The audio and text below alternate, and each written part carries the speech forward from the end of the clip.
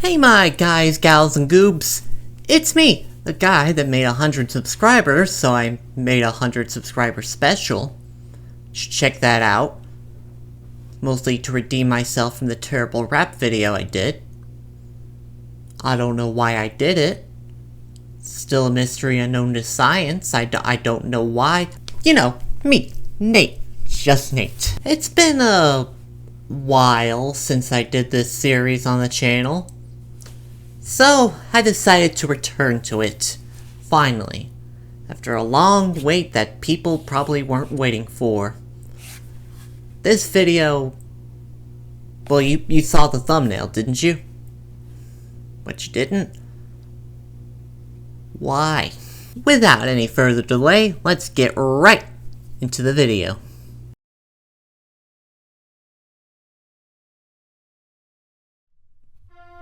Hello.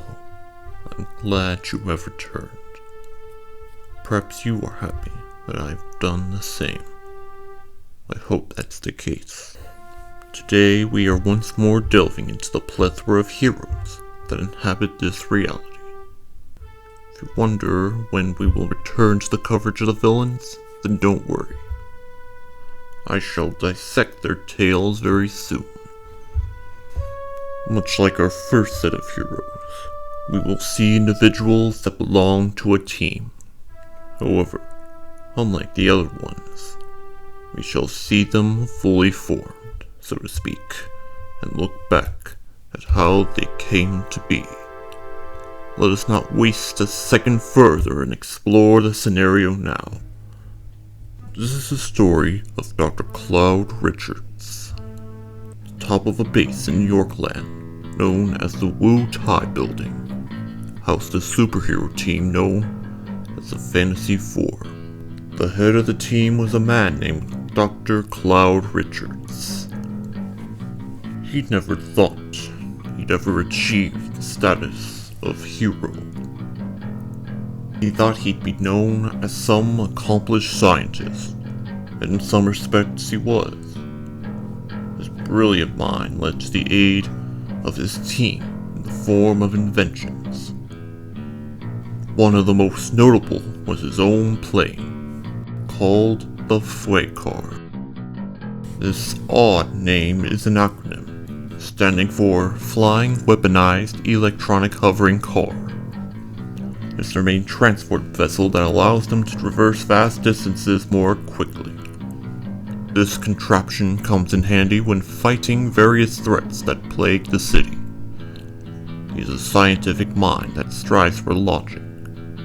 These are traits that both help and hurt the team, a double-edged sword that he wields at all times. You see, this man is quite egotistical, occasionally being blinded by his pride.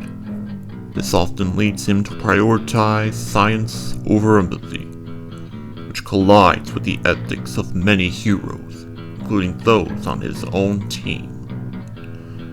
As time went by, however, he learned to overcome some of these mental barriers through the lessons he learned the hard way. He wasn't perfect, even in ways he's not willing to admit, but he still saves the day when he and his team is called to action. Still, he reflected on his current status and how he even got here in this current state in the first place.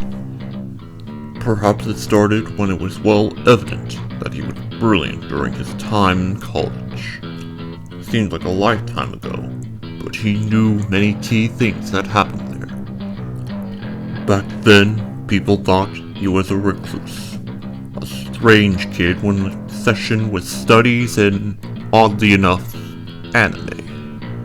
These shows made him experiment with unconventional and spiky hairstyles. Despite this perception, this is where he met some of his future teammates, which included his lifelong partner. There was also a man he vaguely remembered from his time in college. He seemed like a loose cannon, but one that was on par with him in terms of intelligence. The last time he saw him, caught in an explosion that was inadvertently caused by him. Cloud remembered warning about the miscalculation that led to the explosion in the first place. This was one of the first lessons he'd learned, as he saw himself in such a position as it reflected his own ego.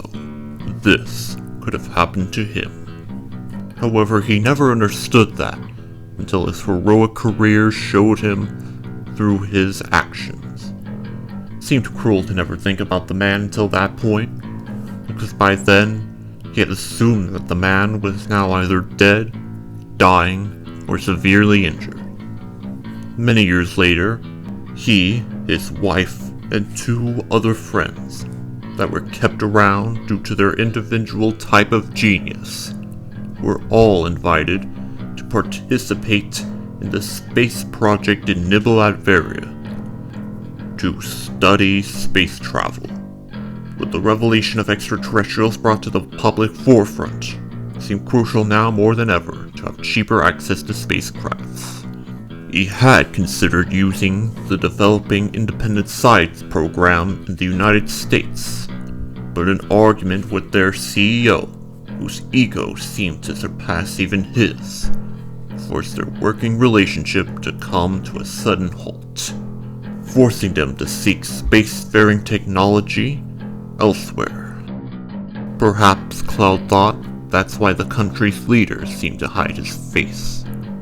In fact, it seemed somewhat strange for the man in charge not feature in any of the places Cloud went. It was almost like it was intentionally hidden, like they were being led away from wherever the face of the leader may appear.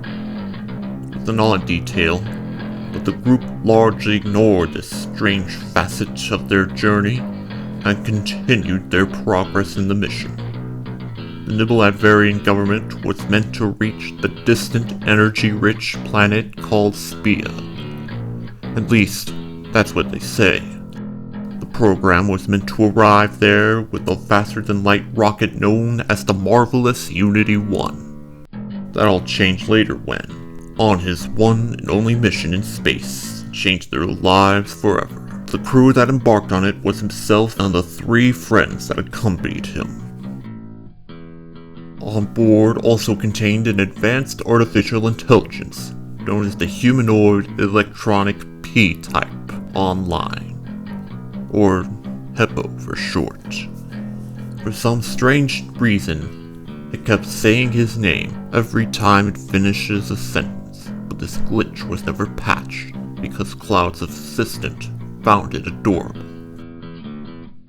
All seemed well until they were bombarded with cosmic rays. It seemingly came out of nowhere, as if it was an attack brought on by the universe itself. There was no time to think. The suddenness of the exposure to it. There was nothing they could do but abort the mission. They crash-landed on Earth. They managed to survive the destruction brought on by less than ideal landing. Upon leaving the wreckage, the crew discovered something truly fascinating. Somehow, the cosmic rays seemed to have given them all some form of superpowers. For Cloud, he gained the ability to stretch his body into any which way he chose. He didn't realize this. The strange energy contained a mystical element that actualized his desire to be able to reach out more, making him the way he was now.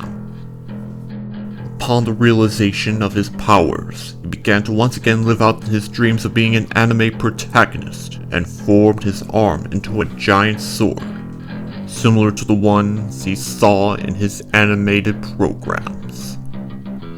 The crew decided to form a superhero team called the Fantasy Four, which Cloud promptly declared himself the leader of. The onboard AI, HPIII, was also affected by cosmic rays. Due to the magical nature of the cosmic rays, the incident gave it near full autonomy. However, it was not given a position on the Fantasy Four due to it not posing any threat to any foe. Instead, it had assigned various cleanup duties around the Wu-Tai building, the headquarters for the team, as well as detecting threats approaching the area. It also serves as security for the building, having full control of various defense and lockdown protocols. On top of these, it also has its AI in the flight car, which was previously discussed at the very beginning. All that brings us to today. Now, they work together, despite their differences, to take on foes across Yorkland. One such foe interrupted Cloud's trip down memory lane. His name is Kefka Whitman, aka the Triad Wizard, a genius magician who is driven mad by being given actual magical powers.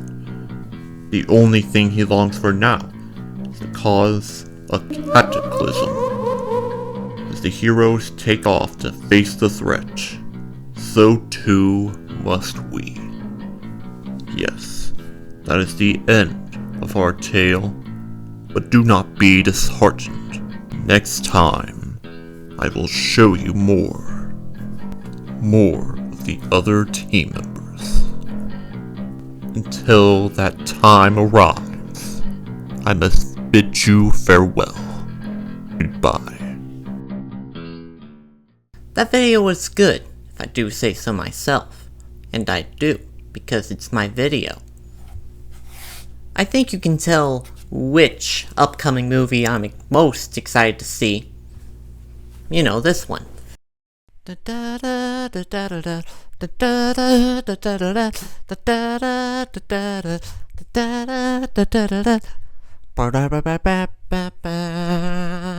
I mention I'm from Florida? Not much to say, you know.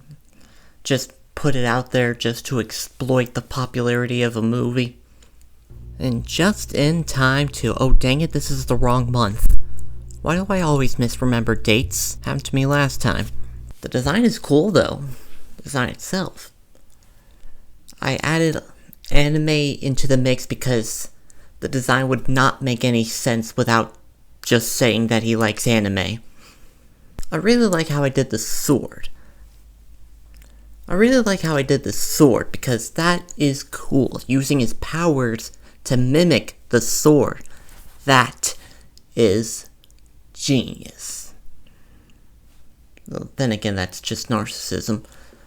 Anyway, I really like how he did the sword because it's nice. I love it. You know, it's the arm using his powers to mimic the sword. That's really cool. I didn't say this before, but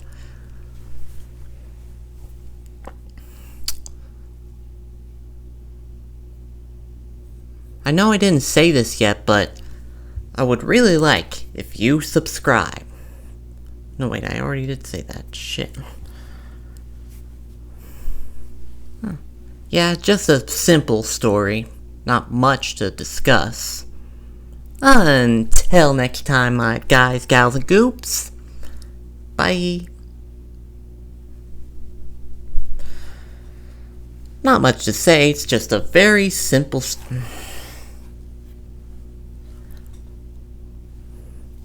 not much else to say.